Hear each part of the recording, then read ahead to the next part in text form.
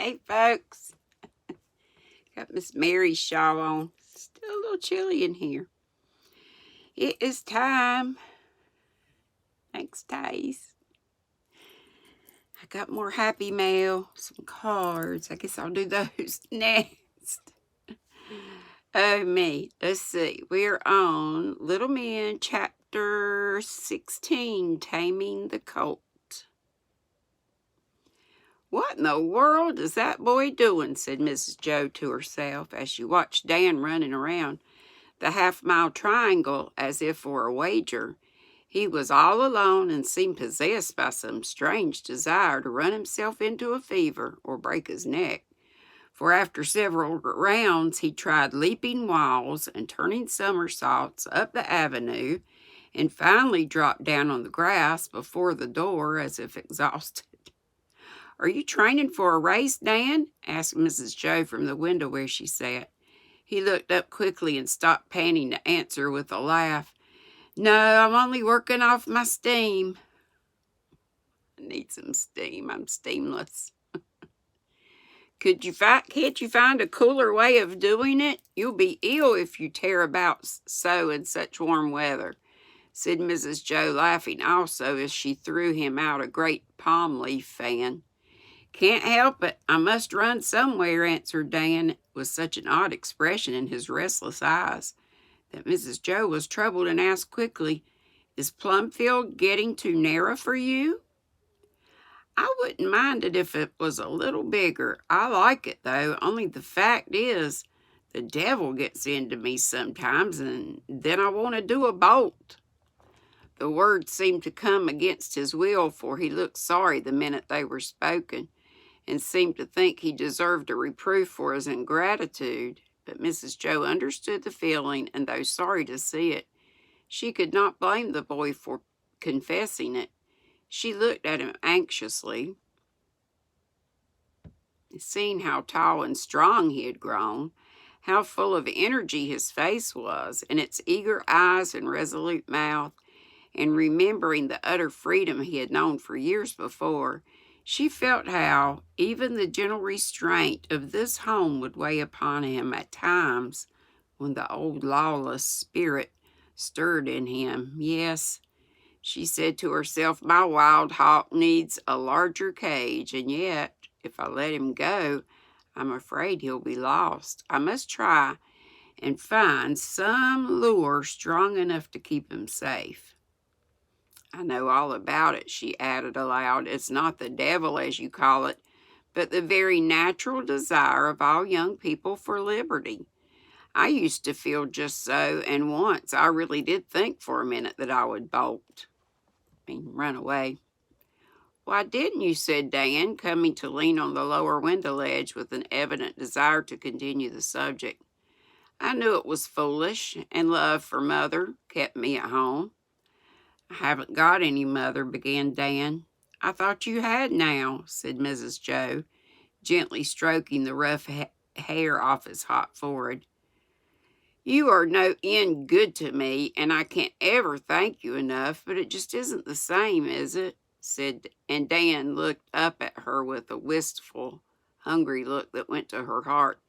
"No, dearest, not the same, and never can be. I think an own mother would have been a great deal to you, but as that cannot be, you must let me try to fill her place. I fear I have not done all I ought, or you would not want to leave me," she added sorrowfully. "Yes, you have," cried Dan eagerly. "I don't want to go. I won't go if I can help it. But every now and then I feel as if I must burst out somehow. I want to run straight ahead somewhere to smash something, or pitch into somebody. Don't know why, but I do. That's all about it." Dan laughed as he spoke, but he meant what he said, for he knit his black brows and brought down his fist on the ledge with such force that Mrs. Joe's thimble flew off into the grass. He brought it back, and as she took it, she held the big brown hand a minute, saying with a look that showed the words cost her something, "Well, Dan, Run if you must, but don't run very far, and come back to me soon, for I want you very much." He was rather taken aback by this unexpected permission to play truant, and somehow it seemed to lessen his desire to go. He didn't understand why, but Mrs. Joe did, and knowing the natural perversity of the human mind, counted on it to help her now. She felt instinctively that the more the boy was restrained, the more he would fret against it. But leave him free, and the mere sense of liberty would content him, joined to the knowledge that his presence was dear to those whom he loved best. It was a little experiment, but it succeeded, for Dan stood silent a moment, unconsciously picking the fan to pieces and turning the matter over in his mind. He felt that she appealed to his heart and his honor, and owned that he understood it by saying presently, with a mixture of regret and resolution in his face, "I won't go yet a while, and I'll give you fair warning before I bolt." That's fair, isn't it? Yes, we will let it stand so. Now I want to see if I can find some way for you to work off your steam better than running about the place like a mad dog, spoiling my fans or fighting with the boys. What can we invent? And while Dan tried to repair the mischief he had done, Mrs. Joe racked her brain for some new device to keep her truant safe until he had learned to love his lessons better. "How would you like to be my express man?" she said, as a sudden thought popped into her head. "Go into town and do errands." No, that's a question. "Go into town and do errands?" asked Dan, looking interested at once. "Yes, Franz is tired of it. Silas cannot be spared just now, and Mr. Bear has no time. Old Andy is a safe horse. You're a good driver, and I know you know your way about the city as well as a postman. Suppose you try it and see if it won't do most as well to drive away 2 or 3 times a week as to run away once a month." "I'd like it ever so much, only I must go alone and do it all by myself. I don't want any of the other fellows bothering round," said Dan, taking to the new idea so kindly he began to put on business airs already. "If Mr. Bear does not object, you shall have it all your own way. I suppose Emil will growl, but he cannot be trusted with horses, and you can. By the way, tomorrow is market day, and I must make out my list. You'd better see that the wagon is in order, and tell Silas to have the fruit and vegetables ready for Mother. You will have to be up early and get back in time for school. Can you do that?" "I'm always an early bird, so I don't mind." And Dan slung on his jacket with dispatch. "The early bird got the worm this time, I'm sure," said Mrs. Joe merrily. "And a jolly good worm it is," answered Dan as he went away laughing. Away to put a new lash to the whip, wash the wagon, and order Silas about with all the importance of a young expressman. "Before he is tired of this, I will find something else and have it ready when the next restless fit comes on," said Mrs. Joe to herself as she wrote her list with a deep sense of gratitude that all her boys were not Dan's. Mr. Bear did not entirely approve of the new plan, but agreed to give it a trial, which put Dan on his mettle and caused him to give up certain wild plans of his own, in which the new lash and the long heel were to have borne a part. He was up and away very early the next morning, heroically resisting the temptation to race with the milkmen going into town.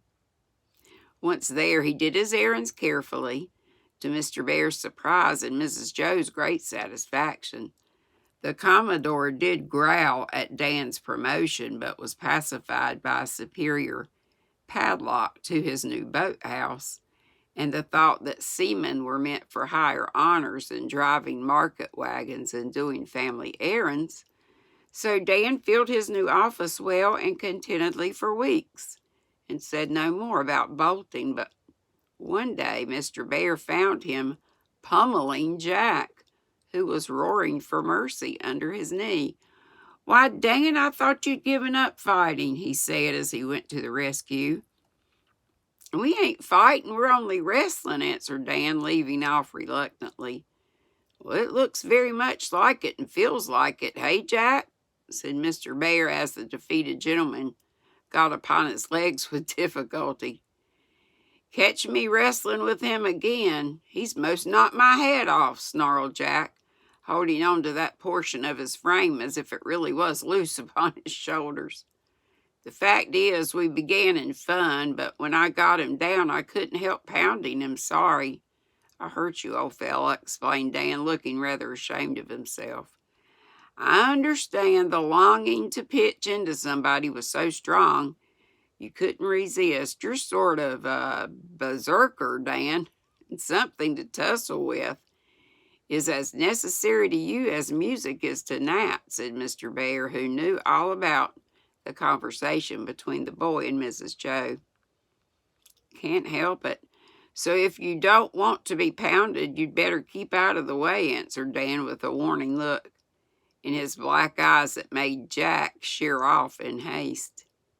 "If you want something to wrestle with, I'll give you a tougher specimen than Jack," said Mr. Bear, and leading the way to the wood yard, he pointed out certain roots of trees that had been grubbed up in the spring and had been lying there waiting to be split. "There, when you feel inclined to maltreat the boys, just come and work off your energies here, and I'll thank you for it."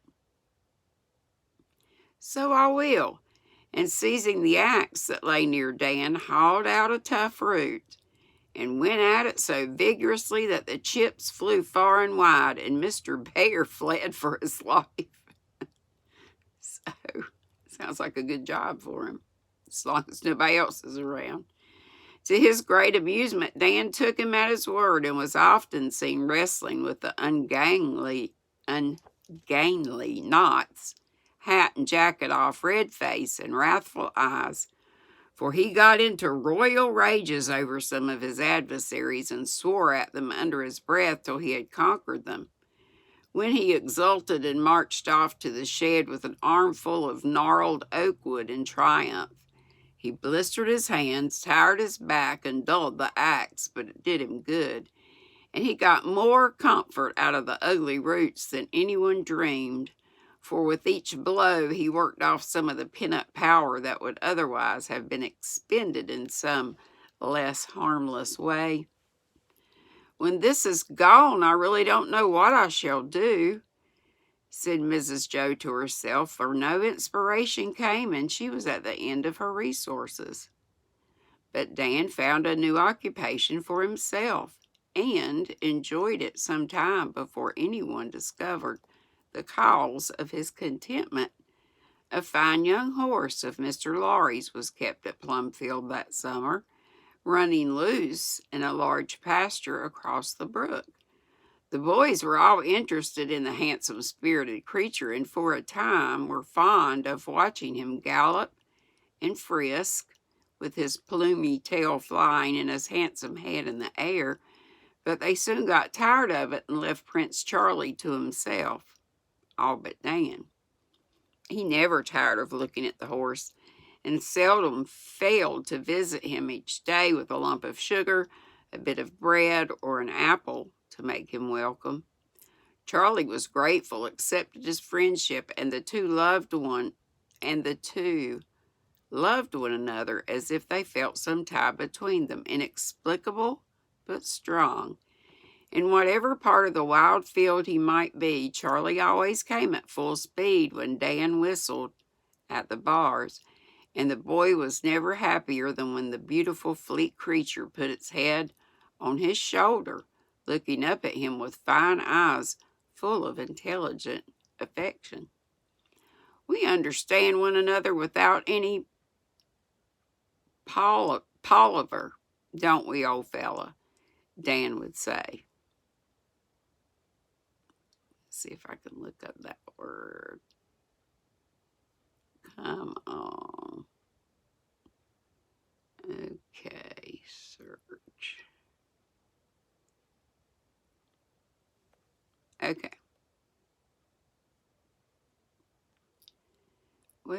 Darn, the dictionary's not on here. Downloading dictionary. I like to play with gadgets. I'll come back to that. Dan would say, proud of the horse's confidence and so jealous of his regard that he told no one how well the friendship prospered and never asked anybody but Teddy to accompany him on these daily visits. Okay. Palaver. Prolonged. Oh, darn it. Well, it went away. Prolonged and idle something. Let me see if I can get it back.